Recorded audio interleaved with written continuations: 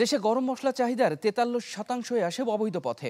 অতিরিক্ত শুল্কায়ন, মূল্য আর বাড়তি শুল্ক হওয়ায় চোরাচালানে উৎসাহিত হচ্ছেন অনেকে, যাতে রাজস্ব হারাচ্ছে সরকার।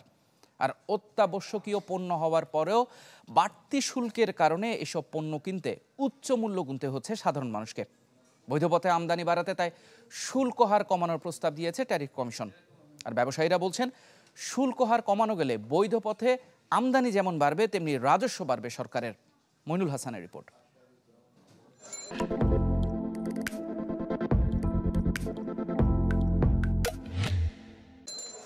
ভোজনপ্রিয় বাঙালির রসনা বিলাসে অন্যতম প্রয়োজনীয় উপাদান বাহারি রং, স্বাদ ও গন্ধের এসব গরম মশলা। যদিও চাহিদার প্রায় পুরোটার জন্যই তাকিয়ে থাকতে হয় ভারত, দুবাই, ইরান সহ বহু দেশের দিকে।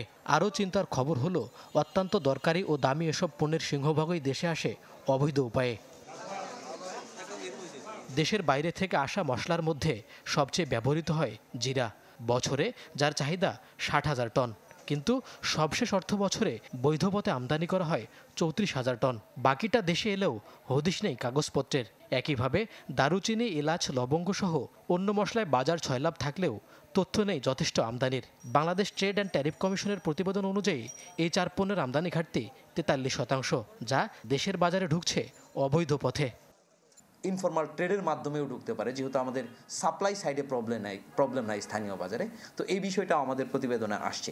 তো এই বিষয়গুলোকে বিবেচনা করে আমরা যে সুপারিশটা করেছি সেটা হচ্ছে যে ডিউটি কমিয়ে প্রপার চ্যানেলে আনতে পারি। সেক্ষেত্রে কিন্তু এই টোটালটা ডিউটি যদি গভর্নমেন্ট পায়, সেক্ষেত্রে রেভিনিউয়ের উপর ওইভাবে প্রেশার নাও পড়তে পারে। 2012 সালে চাল, ডাল সহ 17টি পণ্যকে অত্যাবশ্যকীয় ঘোষণা করে সরকার। সেই তালিকায় আছে জিরা, দারুচিনি, এলাচ ও লবঙ্গ। কিন্তু এসব আমদানিতে শুল্ক প্রায় 59%। এই চড়া হারের কারণেই চোরাচালান ও মিথ্যা ঘোষণার মাধ্যমে দেশে আনতে উৎসাহিত হচ্ছেন অনেকেই। এমন পরিস্থিতিতে শুল্ক হার কমিয়ে 27% করার প্রস্তাব দেয় সংস্থাটি। ব্যবসায়ীরা মনে করছেন, যৌক্তিক শুল্ক হার না হলে কমবে না অবৈধ পথে পণ্য আসার প্রবণতা। রিজনেবল ডিউটিটা থাকতো, তাহলে কিন্তু যারা চোরাচালানি, স্মাগলার, তারা আপনার এই চোরাচালানি করে আমাদের সাথে কম্পিটিশন করে পারতো না। এখন যেহেতু এক্সেস ডিউটি করে দিছে, তাদেরকে উৎসাহিত করা হচ্ছে। তারা উৎসাহ নিয়ে আপনার দেশের পণ্য, এই দেশের আপনার বৈধ টাকা বিদেশে অবৈধভাবে মাল নিয়ে আসতেছে। কমিশনের তথ্য মতে সবশেষ অর্থ বছরে পণ্য চারটিতে রাজস্ব আয় এসেছে 1067 কোটি টাকা। মইনুল হাসান, চ্যানেল 24, ঢাকা।